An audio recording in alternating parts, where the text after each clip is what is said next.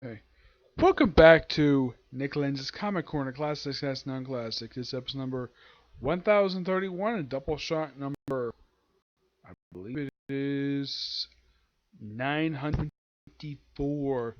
Two Star Wars trades from the same character. Dr. Aphra. Yep.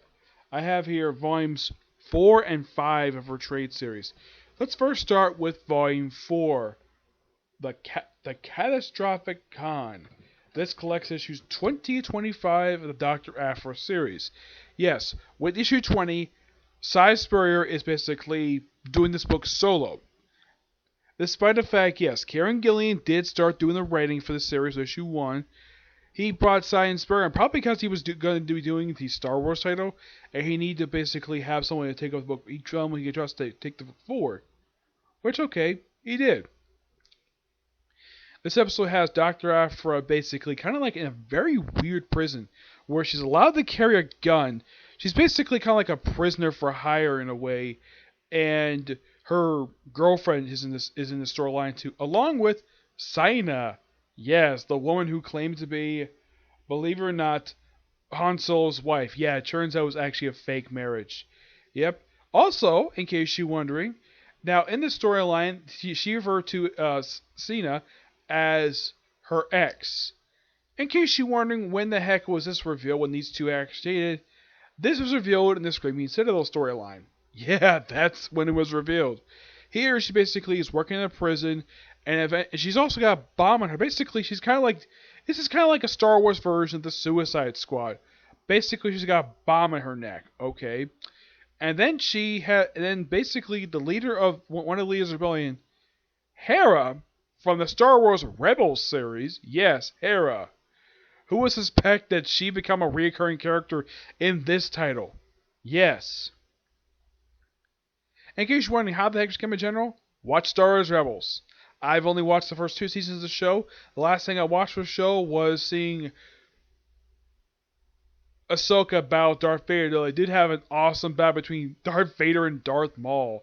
Yeah, that was amazing. Who would have thought though that a Sith Lord from the original era would take on Sith Lord from the prequel era? Who thought that would happen ever in the history of Star Wars?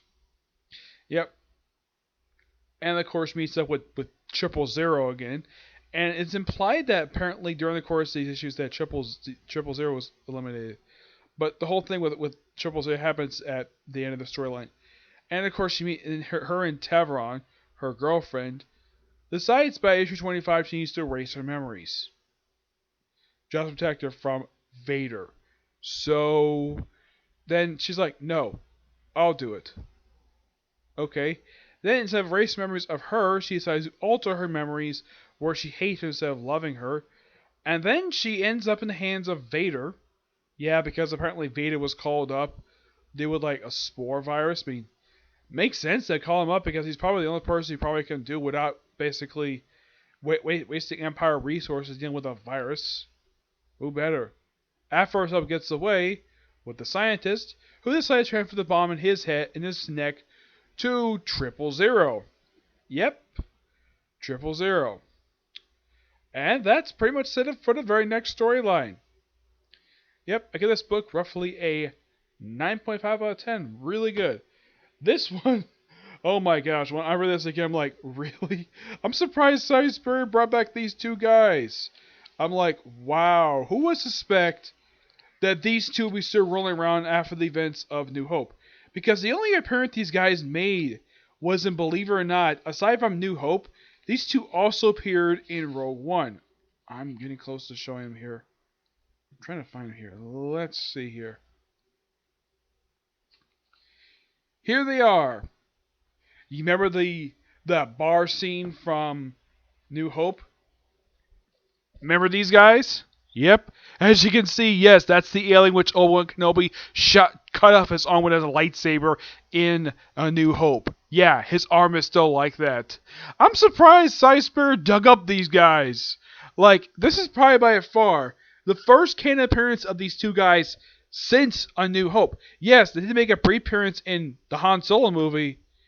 Was Han Solo? I think it was Rogue One these two showed up in. I'm surprised they dig them up here. Now, this particular one, this collected issues 2631 and the annual. Yep. Of course, the artwork in here, I forgot to mention the artwork in this book here. Aside from Side Spirit doing the writing, the artwork in here is done by Kev Walker. Yes, he does pretty much the writing throughout this entire book. The cover art is done by Ashley Witter. Yep, that's who. Oh, and also, they had this tentacle creature, which I'm surprised that they started bringing this thing back. Yeah, this particular creature here with the whole thing of suction thing. Yeah, the last this creature showed up in Star Wars was actually in Rogue One. Yes, but was used as basically the guide information, not to alter memories.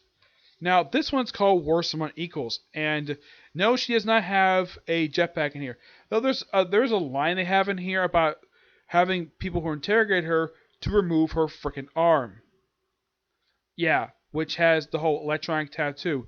Which, of course, Karen Gillian, and so far, not even Side Spirit has bothered to mention, like, where the heck did she get this tattoo from? Yes. In case you wonder about the annual that's in here, which is the second annual for the series, that simply put her first meeting with these couple bounty hunters. Yeah. They're pretty much the start. It's basically Winless and Nook. Yes. This is simply put her, like, their debut appearance. And her her appearance is nothing more than a cameo. The artwork for this annual is done by Caspar Wingegard, and this person also does the cover art as well. The one who does the interior work for issue 2631 is done by Emilio Lesio with Andrea Barrico, that's issue 31, and of course, well, the cover art is done by Ashley Witter. The main story here picks up right where the last story left off. We have Dr. Aphra and 000 on a planet, and they have to keep close to each other, otherwise their bonds will explode. At one point, it's getting close to explode, and then, of course, thanks to the bounty hunters who basically Aphra in the annual, they're the ones that defuse their bombs while basically going on various errands, like hiring a bounty hunter, and also, while they're on the run, she basically contacts the Imperial Net, see if anything happened to Chevron. Yeah, it's revealed later what happens. I'm not going to spoil it here. But this is a good little, interesting little story here, and it's great for a new a new idea they do for Dr. Aphra, which is really good. And they also have briefly where she meets up with I think it's a homeless person, who meets up with her briefly. Well, actually, she appears a couple times, but basically she works with her, and then she briefly betrays her, and then she, well, convincingly, like, forgives her, and I think she basically just takes her with her to wherever she goes.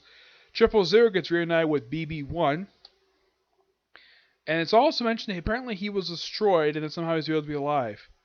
Yep. And apparently he has no problem with BB-1 basically trying to destroy him. Yep, and this storyline ends basically with Dr. Aphra with the girl who actually betrayed her, though she forgave for it, with her being wounded and possibly dying. Though, no, she's not going to stay dead because, well, their series is going. I'm going to give this book also a 9.5 out of 10. Yep. Yeah, two really good books from Dr. Aphra. I mean, I like this series, I really do. There's people who don't like the character because there's what's the appeal to her? Me, new character, and she's that interesting, and plus, I don't have a problem with the fact she's a lesbian. No, I have no problem with that at all because she's a new character. I mean, if it's already well-established character who's been straight for years, all of a sudden, oh yeah, they're gay. I call bullcrap on that. Namely, I'm talking about Marvel outing Iceman as gay. Yeah, I still think that was stupid. Like, my gosh, it's still so stupid. But if it's a brand new character, outing them as basically somebody who's not straight is perfectly fine. I personally do not have a problem with that at all. I mean, if you look at, let's say, North Star, for example.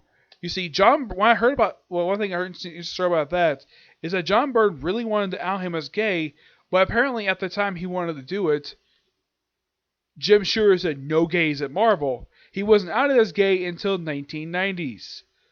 Though that ended up spilling doom in the title because 2 years later Alpha Flight was cancelled. Yep. But Dr. Aphra being lesbian? I have no problem with that at all. It's perfectly fine. Yep. But I gotta say, for the issues you got here, which is basically 12 issues, Side-Spur's first issue of the book is really good. Yep, it's first ever she did for the series. Though I have heard that the main book is ending with issue 75. Yep. Though this series shows no signs of being canceled. Nope. As far as I know, there's no plans to be canceled. Unlike the Vader book, which that ended after 25 issues.